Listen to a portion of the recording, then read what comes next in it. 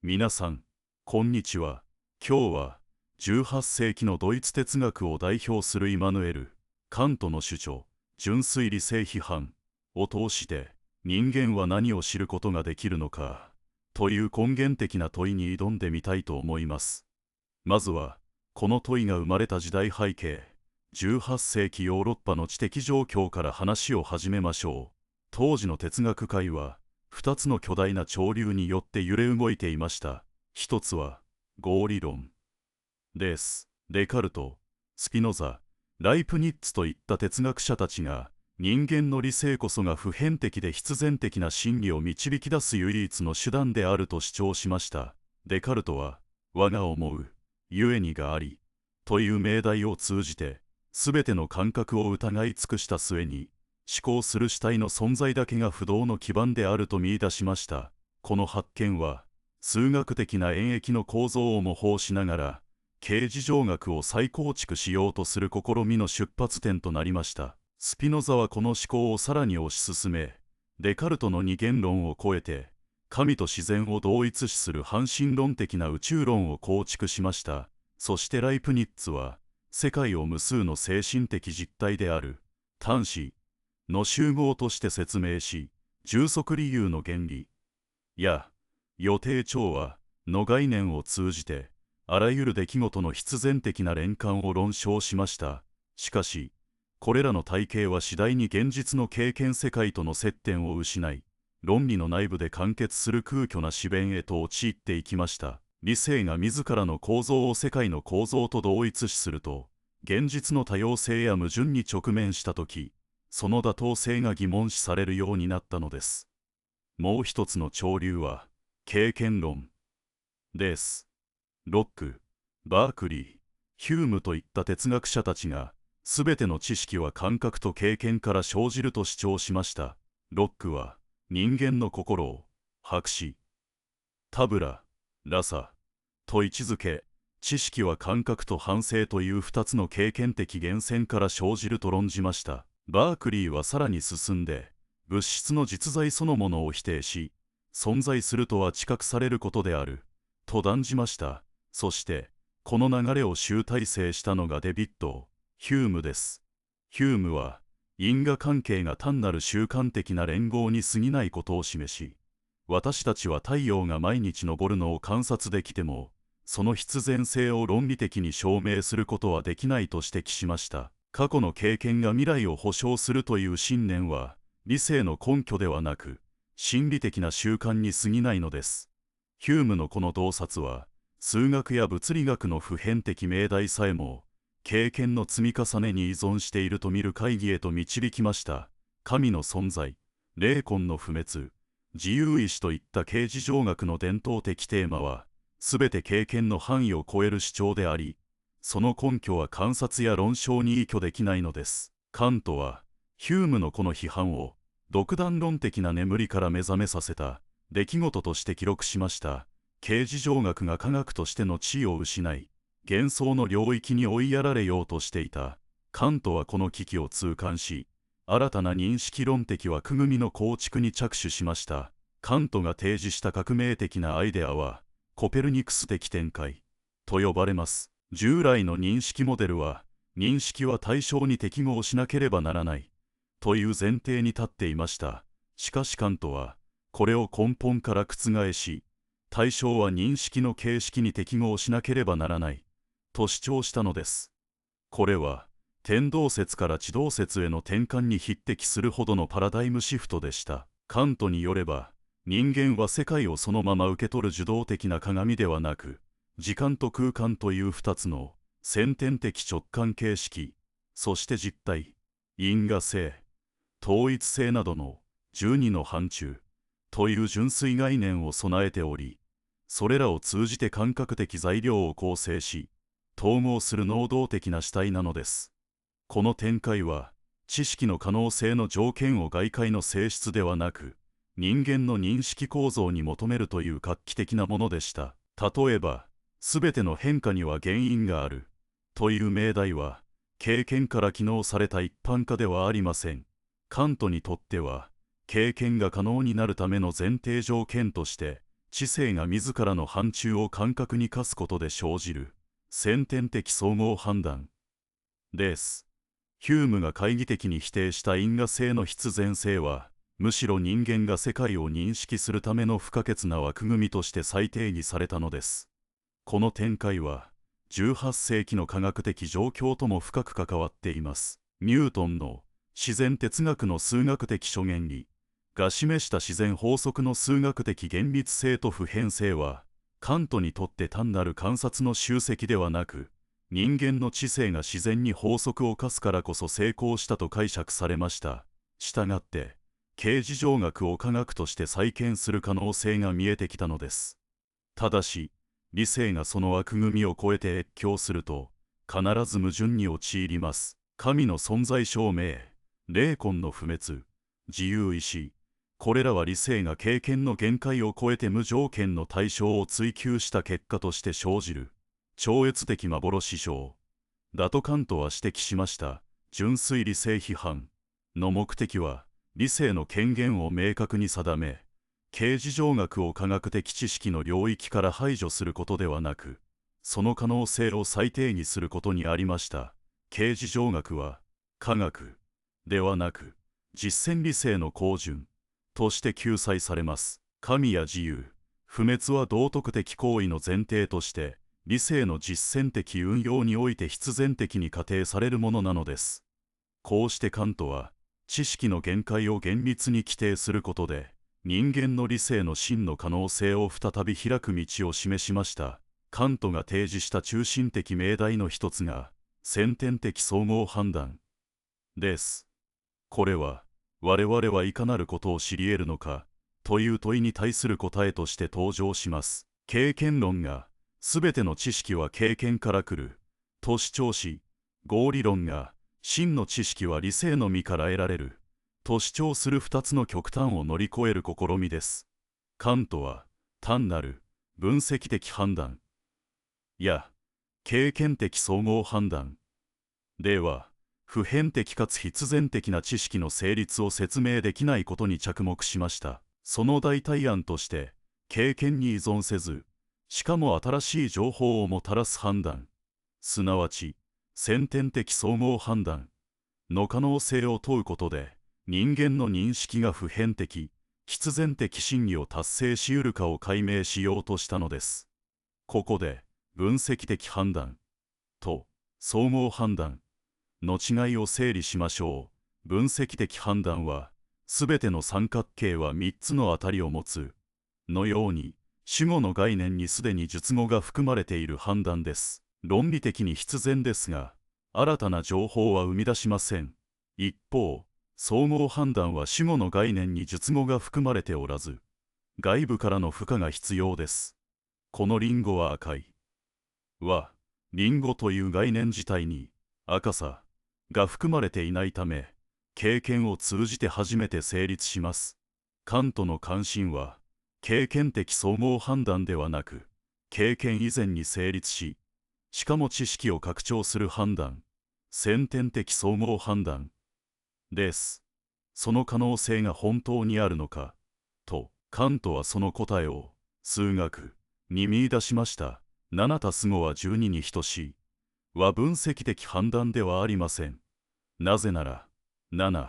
と5の概念を分析しても、12は必然的に導かれないからです。むしろこの等式は、時間や空間という直感形式の下で数を構成する活動を通じて初めて成立します。足し算は概念の分析ではなく、心が時間を通じて単位を総合する能動的プロセスです。したがって、7たす5は12は経験によらず、先天的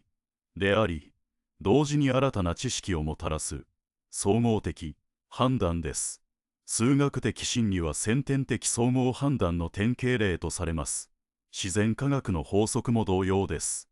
ニュートンの万有引力の法則は膨大な観測データに基づく経験的帰結ですが、カントにとって重要なのは、法則そのものが普遍的、必然的であると我々が信じる根拠だという点です。もしすべての知識が経験から来るなら、未来の現象を予測することは不可能です。過去の経験は未来を保証しません。しかし私たちは、同じ条件下では同じ結果が生じるという因果律を経験以前に前提しています。因果律は12の先天的範疇の一つであり、人間の知性が経験に先んじて備えている枠組みです。したがって、自然法則は経験的に検証されるものの、その有効性の根拠は認識構造に内在する先天的総合判断としての形式にあります。この認識枠組みは、感性と知性の二重構造で支えられています。感性は対象を時間と空間という先天的直感形式を通して受け取ります。これらは経験の内容ではなく、すべての感覚的経験がこの形式を通じて整理されます。一方、知性は、感性が受け取った素材を12の範疇、量、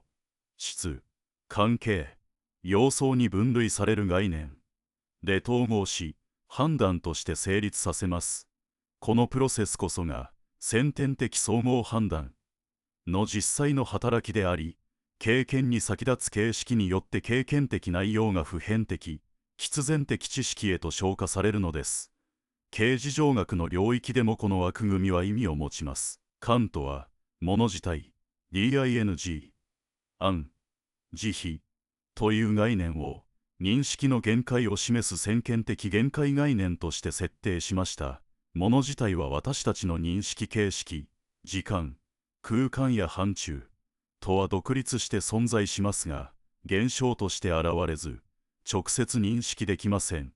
我々が認識し得るのは、物自体が感性に作用して生じる現象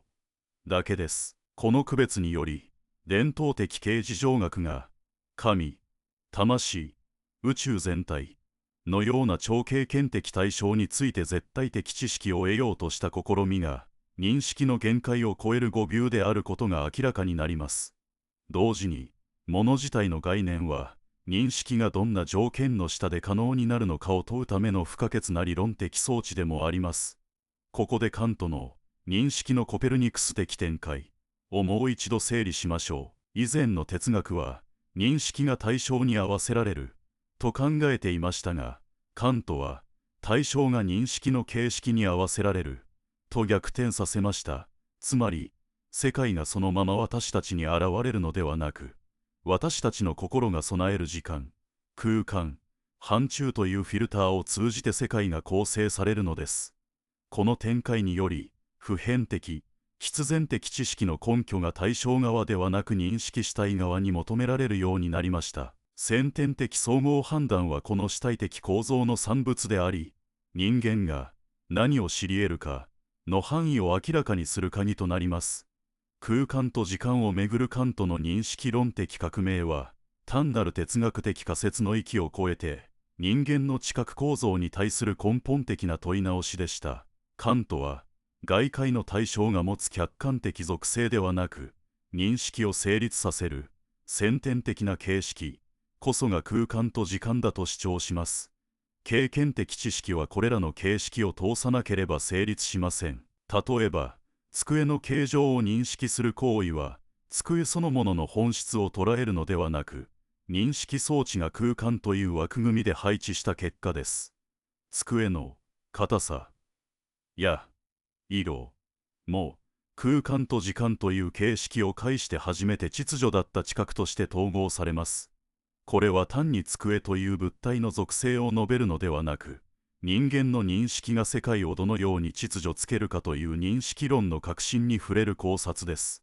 時間の形式についても同様です。私たちは朝起き、仕事をし、運動し、夕食をとるという日常の出来事を時間という枠組みで整理しています。時間がなければ、これらの出来事は単なる無秩序な連続に過ぎず、前後関係や持続、同時性は成立しません。カントは、時間は単なる感覚の内容ではなく、感覚が時間という形式を通して初めて経験としての秩序を得ると断言しました。空間と時間は、外界からの刺激を受動的に受容するだけの入れ物ではなく、能動的に認識を構成する形式として位置づけられたのです。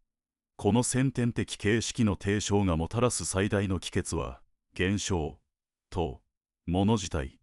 の厳然たる区別です。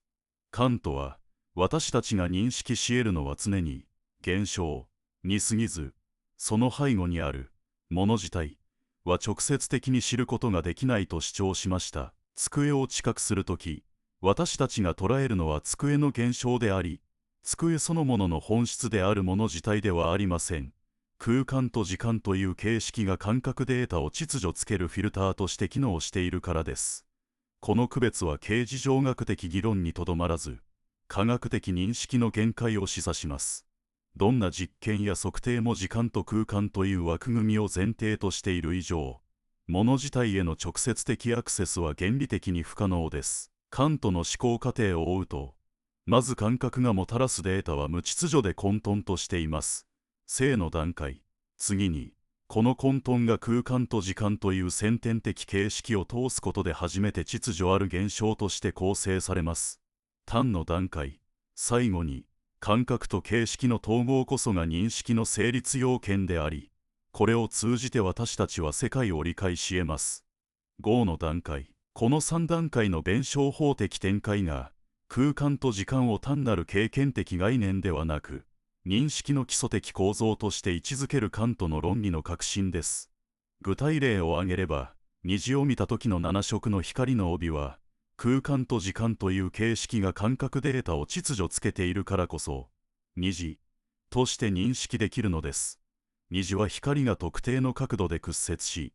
特定の位置に現れ、一定時間持続するという空間的配置と時間的構造を持ちます。しかしその背後にある光の物理的性質というもの自体は直接知覚できません。認識は常に空間と時間という形式を通して成立するからです。この主張は現代の認知科学や神経科学が示す知覚メカニズムとも整合します。脳は感覚入力を空間的、時間的パターンとして処理し、世界を秩序だって認識しています。カントが提唱した先天的形式は、実は生物学的な基盤を持つ可能性が示唆されるのです。カントは、感性が提供する時空間という純粋直感と、知性が働かせる範疇という純粋概念が結びつくことで初めて客観的知識が成立すると考えました。ここで重要なのが、12の範疇です。カントは論理学の判断表、量、質、関係、様相の4つの見出しにそれぞれ3種の判断形式があることを前提に、これらを組み合わせて12の範疇を導き出しました。量の見出しでは全小、特小、単小が統一、多様、全体性に、質の見出しでは肯定、否定、限定が実在、否定、限定に、関係の見出しでは因果、共存、従属が実体、因果、共同作用に、様相の見出しでは可能、実際、必然が可能性、存在、必然性に対応します。このようにして得られた範疇は、感性の素材に適用されるとき、経験的対象の必然的構成要素となります。カントはこの範疇が単なる思考の形式ではなく、経験対象の必然的構成要素であることを示すために、先見的演繹を導入しました。第一段階では範疇が経験の客観的形式であることを主張し、感性が与える多様な直感は時間と空間という純粋直感の枠組みでのみ秩序つけられ、範疇がなければ感覚はバラバラしたままで対象として同一性を持ちません。第2段階では感性と知性の協力のために、想像力とスキーマを導入します。想像力は感性が受け取る理算的な直感を選択し結びつけてイメージに変換し、スキーマは抽象的な範疇と具体的な時間的直感の間に中間的表彰を設けます。例えば、因果の範疇に対応するスキーマは、時間の中での連続的な相互関係であり、これにより因果という純粋概念が時間的直感に適用可能となります。こうした媒介装置が感覚素材を知性の概念に翻訳し、範疇の客観的妥当性を経験レベルで実現させるのです。この過程を経て初めて、先天的総合判断が成立します。経験に依存せずに普遍的に真である命題例えば、すべての変化は原因がある。や、7たす5は12の根拠は、感性の時空間と知性の範疇という先天的形式にあります。カントはさらに、現象とそれとは独立して存在すると考えられるもの自体を厳密に区別します。現象は時空間と範疇を通じて構築された姿であり、もの自体はそれらの枠組みを超えて存在するため直接認識できません。範疇は現象の秩序づけにのみ作用し、もの自体については何も言及しないのです。この区別が、先天的総合判断の適用範囲が経験可能な現象世界に限定される理由を説明します。カントの認識論的革命は、その後の西洋哲学全体の地形を形成する決定的な契機となりました。フィヒテはカントを批判的に継承しつつ、自我と非我的なものの弁証法を通じて認識の主体性と能動性を極大化しました。シェリングは自然哲学と同一哲学で主体と客体の本質的同一性を主張し、ヘーゲルはこれを弁証法で体系化し、絶対精神の実現としての存在論を展開しました。20世紀に入ると、フッサールの現象学やハイデッガーの存在と時間は、カントの時空間、範疇論を再解釈し、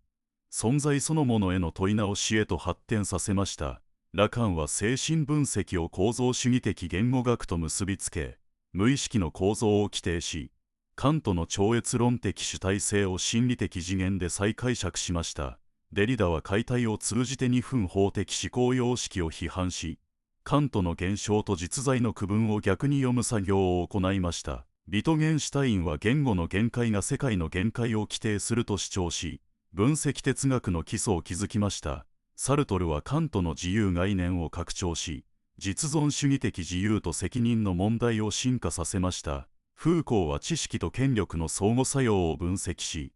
カントの認識論が社会政治的次元でどのように機能するかを問い直しました。しかし、カントの体系自体も批判の対象となります。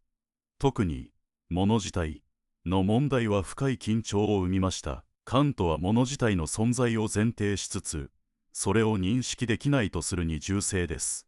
ニーチェは先天的範疇を普遍的とするカントを批判し、真理は固定された枠組みではなく権力意志の表れだと主張しました。ハイデッガーはカントの認識論を存在忘却の一形態とし、存在そのものの根源的問いを看過していると指摘します。ポストモダンの哲学者たち、フーコー、デリダ、リオタールはカントの範疇や先天的形式を言語、権力、歴史の産物とみなし、純粋な認識は存在し得ないと論じました。ヒュームの因果律への懐疑は依然として有力で、範疇が経験に先立つならなぜ経験と整合するのかという循環論法の批判が残ります。さらに倫理学においても、カントは自由や神の存在を実践理性の前提としますが、これらは経験的に証明できないもの自体の一形態であり、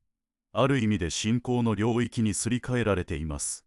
これらの批判を総括すると、カントは認識の条件を認識の限界として絶対的に定めてしまったことが最大の限界と言えるでしょう。彼の体系は知識がいかに構成されるかを明らかにした一方で、その構成過程を歴史的、文化的文脈から切り離しました。後世の哲学者は認識が常に権力、言語、存在の歴史に位置づけられることを示し、カントの純粋な枠組みを相対化しました。それでもカントが提起した我々は何を知り得るかという問いは、近代哲学の革新的な問いとして今も生き続けています。物自体の不可知性は認識の限界を自覚する重要性を示し、後世の哲学者に新たな思考の地平を開いたのです。最後に、カントの認識構造をもう一度まとめてみましょう。感性は時間と空間という先天的形式で感覚的資料を受容し、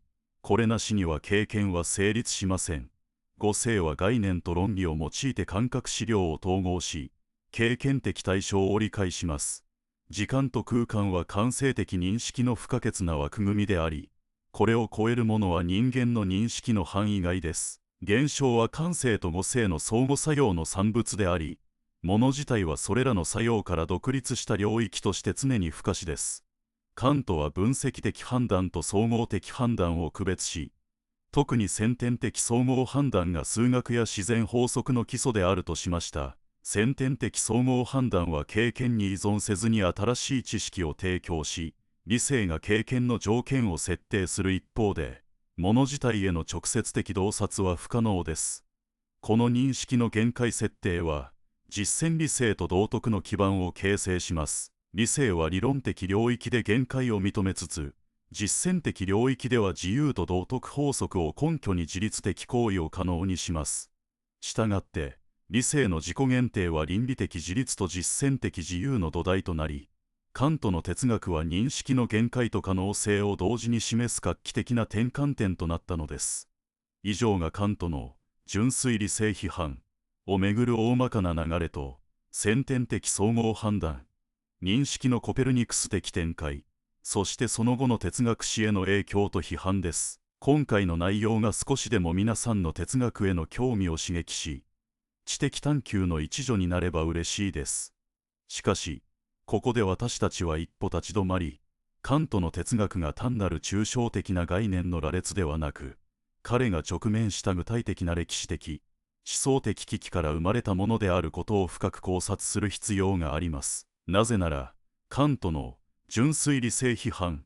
の背景には、18世紀ヨーロッパの知的状況における激しい対立と、それに対するカント個人の深い内省的葛藤があったからです。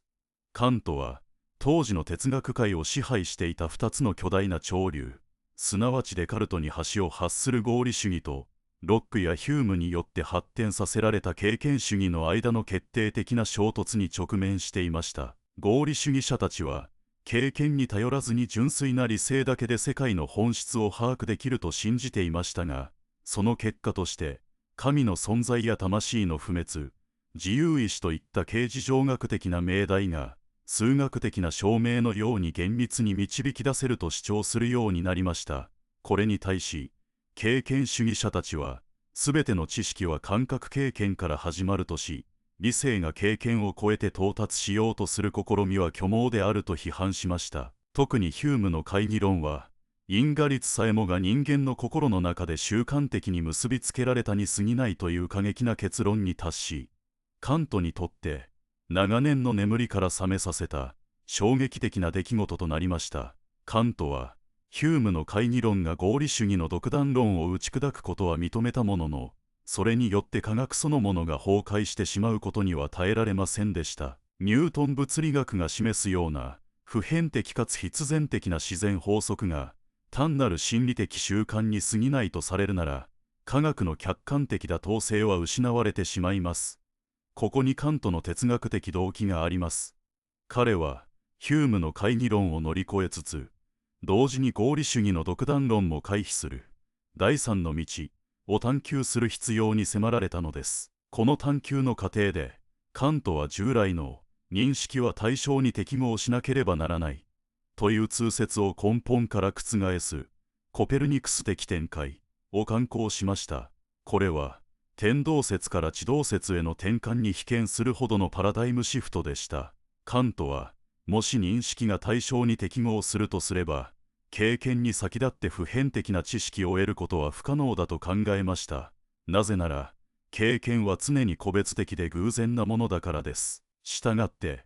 逆に、対象が認識の形式に適合しなければならない、と考えるべきだとしました。つまり、人間の認識能力が持つ先天的な構造、時空間や範疇こそが経験対象を形作り、それらを秩序立てた知識として可能にするのです。この発想の転換は、認識論において主体、人間の能動性を劇的に高めたものであり、単なる受動的な鏡のような認識感を打破するものでした。しかし、この展開がもたらした結果は、人間が、物自体を認識できないという厳格な限界の設定でした。これは当時の神学者や形而上学者にとって神や魂、自由といった概念を理論的に証明できなくなることを意味し、カントの哲学は信仰の領域を奪うとして激しい批判にさらされました。実際、カントの著作が出版された直後、彼はプロイセンのオーフリードリヒ・ウィルヘルム2世による検閲の対象となり、宗教に関する議論を控えるよう命令されるという事態に直面しました。これは、カントの認識論が単に学問的な議論にとどまらず、当時の社会政治的、宗教的秩序に直接的な挑戦を投げかけたことを示すエピソードです。さらに、カントの先天的総合判断の概念を理解するためには、当時の数学と自然科学の状況にも目を向ける必要があります。カントにとって数学の命題、例えば 7+5 は12に等しいという式は分析的ではありません。なぜなら7と5を分析しても12という概念は含まれていないからです。これは直感を通じて初めて可能になる総合的な判断です。同様に自然科学の法則、例えばすべての変化には原因があるという命題も経験から導き出されたものではなく、経験そのものを可能にする先天的な条件です。カントはニュートン物理学の成功が人間の理性が持つ先天的な構造によって可能になったのだと解釈しました。しかし、この解釈には現代の科学哲学の観点から見れば多くの論争点を内包しています。例えば、非ユークリッド幾何学の登場やアインシュタインの相対性理論は、カントが絶対的かつ必然的と考えた時空間の形式が実は物理的実在の構造と密接に関連していることを示唆し、カントの時空間観に修正を迫りました。また、量子力学の不確定性原理は因果律が微子的なレベルでは厳密に成り立たない可能性を示し、カントの範疇論の普遍性に疑問を投げかけます。しかし、カントの真の功績は、特定の科学的理論の正しさを保証することではなく、科学がどのようにして可能なのか、という認識論的な問いそのものを定式化した点にあります。カントの認識論は、単に知識の限界を語るだけでなく、人間の主体性の尊厳を確立するための基盤としても機能しました。純粋理性批判においてカントは、理論理性が物自体を認識できない限界を認めざるを得ない一方で、その限界こそが実践理性、すなわち道徳や自由の領域を開くのだと論じました。もし人間が全てを因果的に決定された現象としてしか認識できなければ、自由意志も道徳的責任も存在し得ません。しかし、理論理性が物自体を否定できない以上、自由や神、魂の不滅を可能であるとして留保することができます。この留保こそがカント哲学の最も重要な戦略的ポイントです。カントは神の存在を理論的に証明することはできなくても、道徳法則を遵守するためには神の存在を公理として想定する必要があると主張しました。これは人間の理性が自己自身を制限することで逆に倫理的な自律性を獲得するという極めて逆説的かつ深遠な思考です。この考え方は後のドイツ観念論や実存主義、さらには現代の倫理学にまで多大な影響を与えました。特に人間の尊厳が目的そのものとして扱われるべきだというカントの提言命法は、現代の人権思想や生命倫理の根幹をなす概念となっています。しかし、カントの哲学は、その体系化の過程で多くの難解さや矛盾を抱え込むことにもなりました。特に、物自体の概念は、カントの体系全体に深刻な緊張を生み出しました。カントは、物自体が現象の原因であると主張しつつ、因果律は現象世界にのみ適用される範疇であるため、物自体が現象に作用するという記述自体が矛盾しているという批判に直面しました。これは、カントの逆説とも呼ばれる問題です。また、カントは感性と語性を厳密に区別しましたが、両者の関係がいかにして可能になるのか、つまり、図式によって感覚と概念が結びつくプロセスは、カント自身の記述においても極めて不明瞭なままでした。この曖昧さは、後のシェリングやヘーゲルによって批判的に継承され、両者の統一を追求する試みへと発展しました。さらに、カントの先見的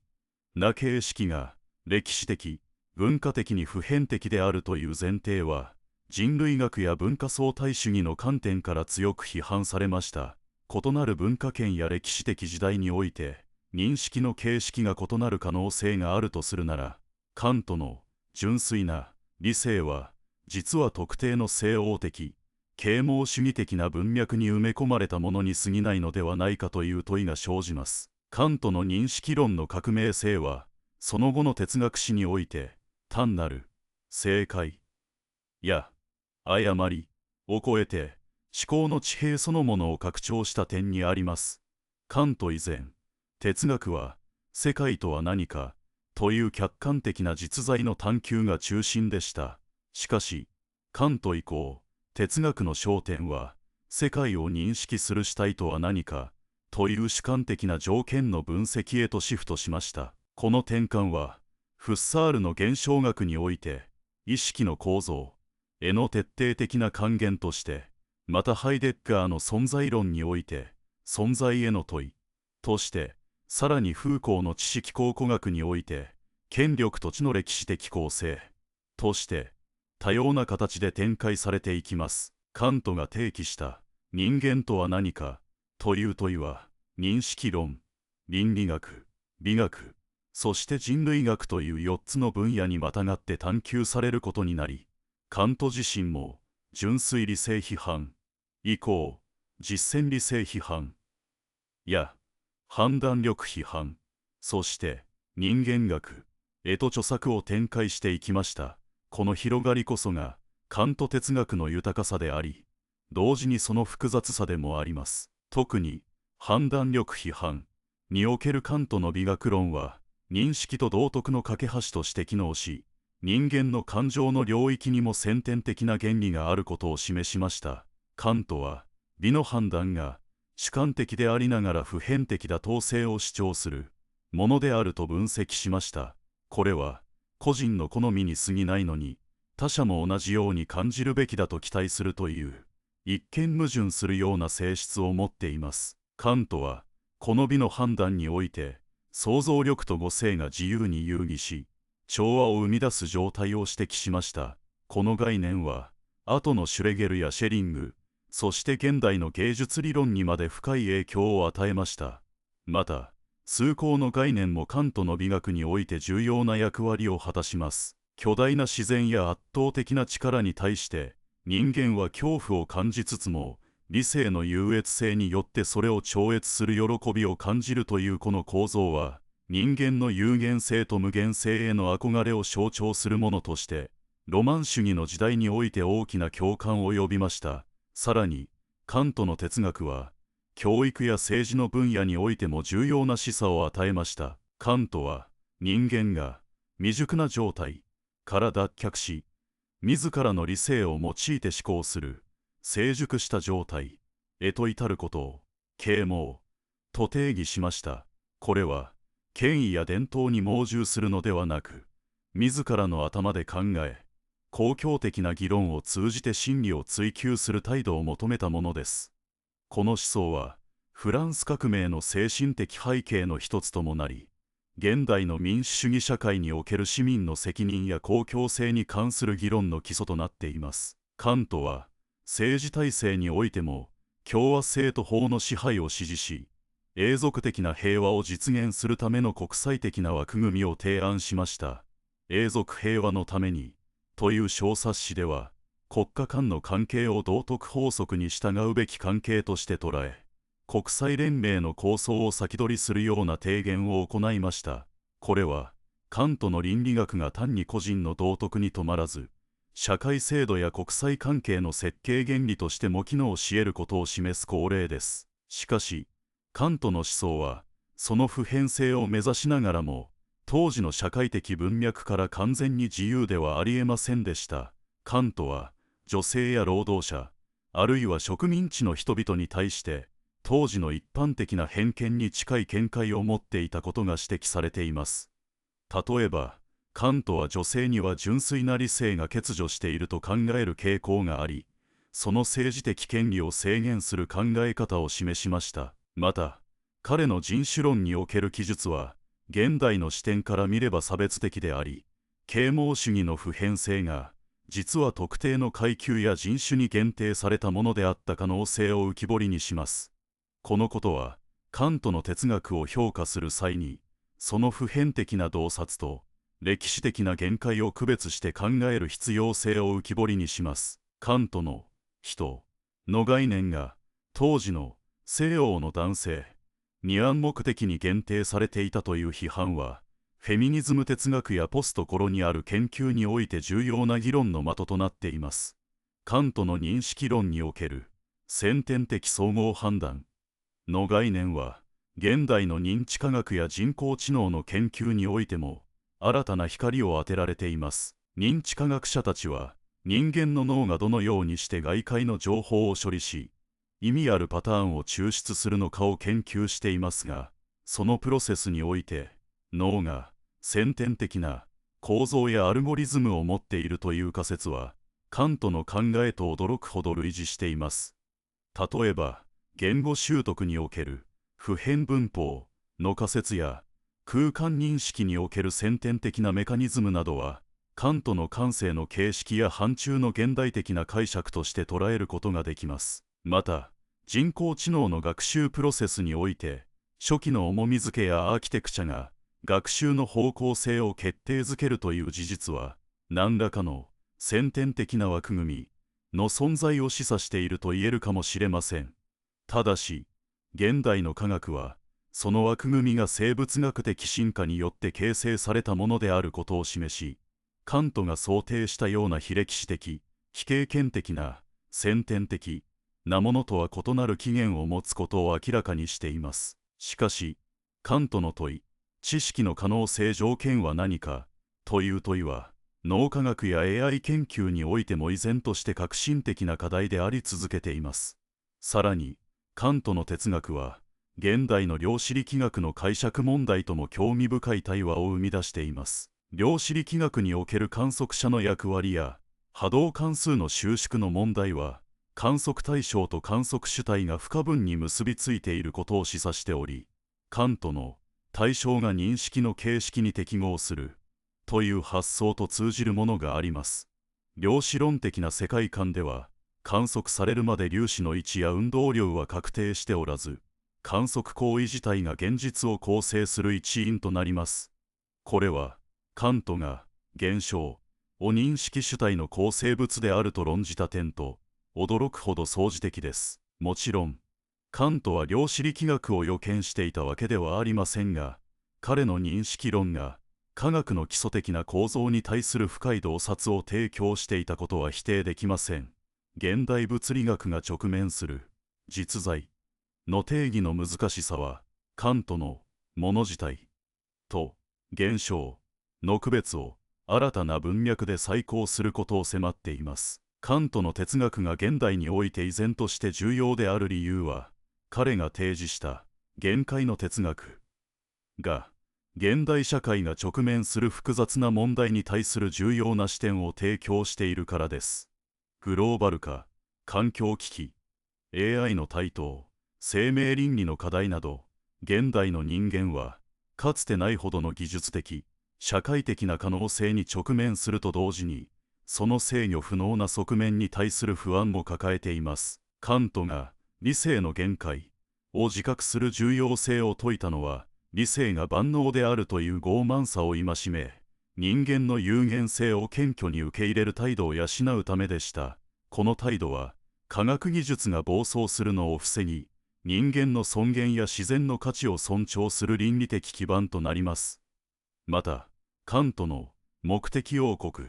の概念は、多様な価値観が衝突する現代社会において、対話と合意形成のための規範的枠組みとして機能し得ます。異なる文化的背景や信念を持つ人々が、互いを手段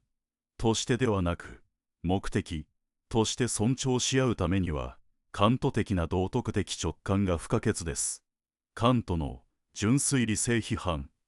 は、単に過去の哲学書の一つではなく、現代の私たちが知ることの意味を問い直すための生きたテキストです。彼の哲学は、私たちに何を信じるかではなく、なぜそう信じることができるのかという根拠を常に問いかけるよう求めます。これは、情報の氾濫とフェイクニュースが蔓延する現代社会において、特に重要な態度です。カント的な批判的思考は、表面的な主張を鵜呑みにするのではなく、その背後にある前提や構造、そして限界を分析する力を養います。この力は、民主的な議論を深め、社会的な合意を形成する上で不可欠なものです。また、カントの哲学は、個人の内面的な自立性を尊重する点でも、現代の自己実現やメンタルヘルスの議論にも通じます。外部の権威や圧力に流されず、自らの理性と良心に従って行動することの重要性は、カントの自立の概念によって強く支持されています。しかし、カントの哲学を学ぶことは、単に彼の結論を覚えることではありません。むしろ、彼が直面した問題意識を共有し、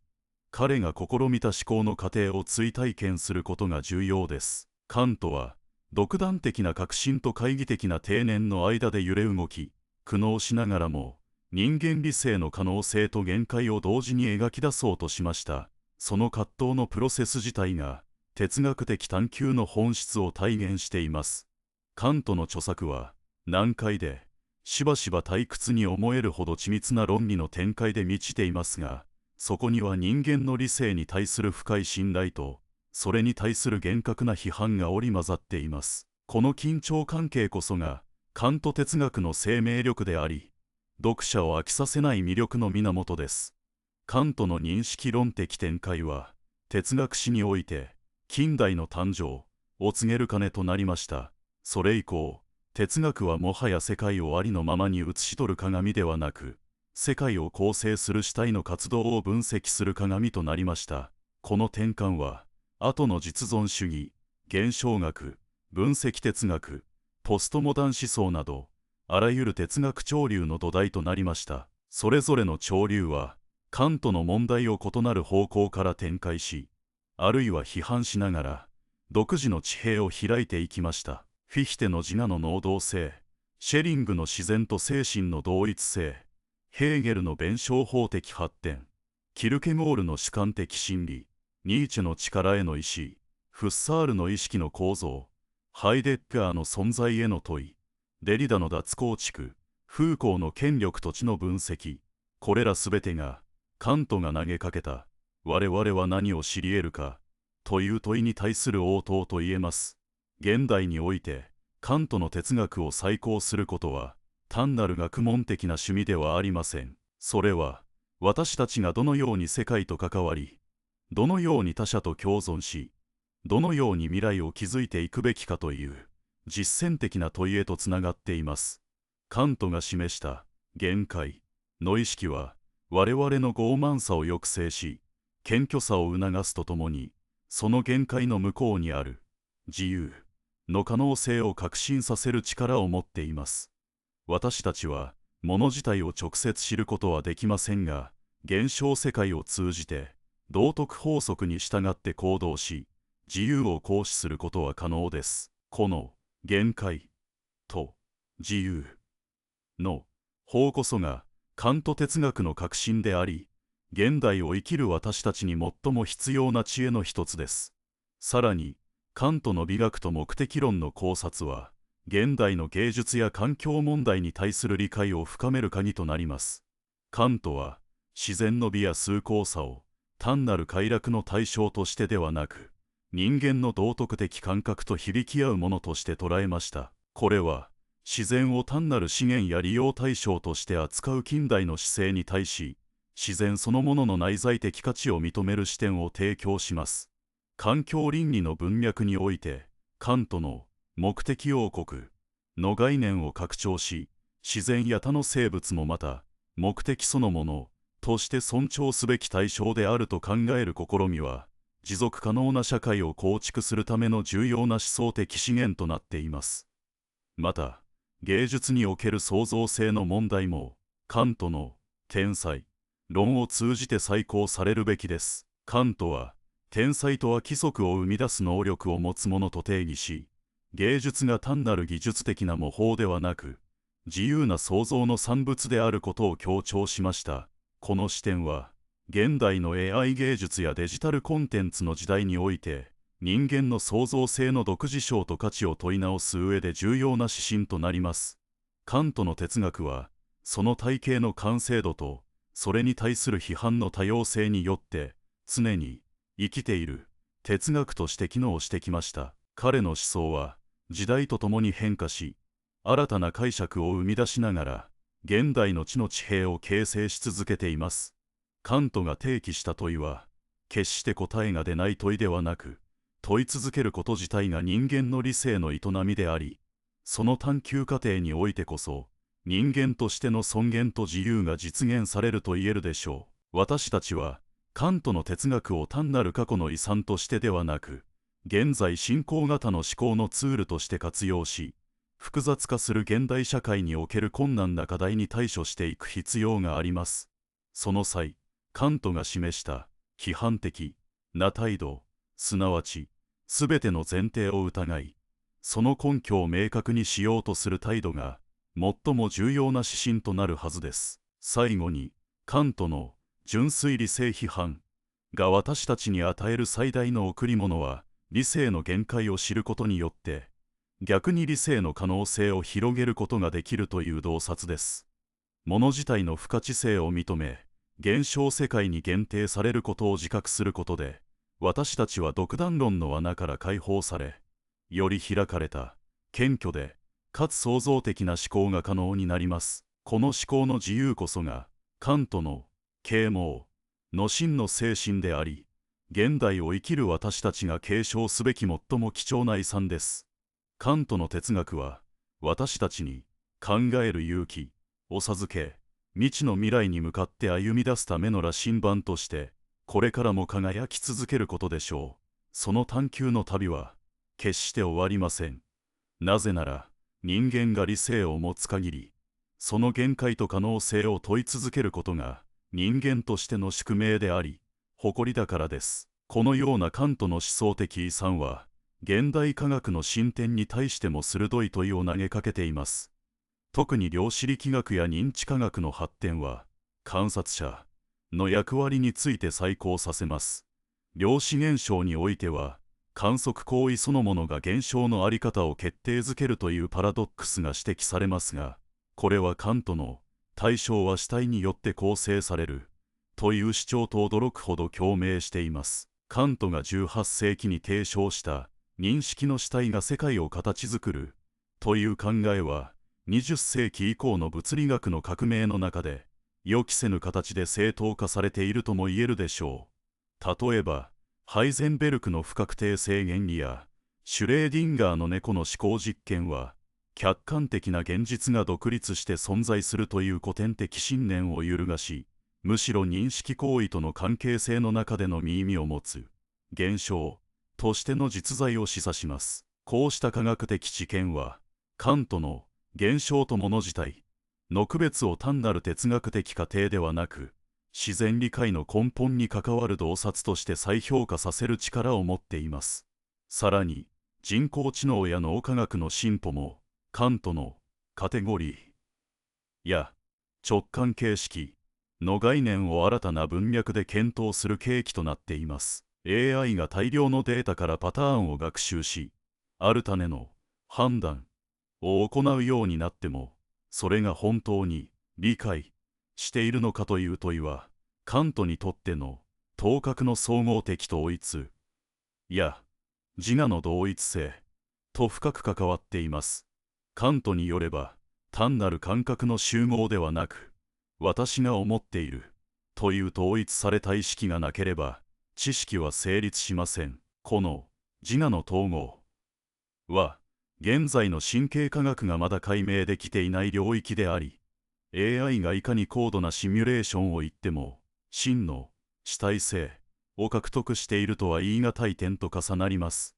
つまり、カントの哲学は、技術の進歩が人間の認識の本質を代替できるかという現代的課題に対して根源的な疑問を突きつけています。また、カントの時代には存在しなかったグローバルな情報環境においても、彼の批判的精神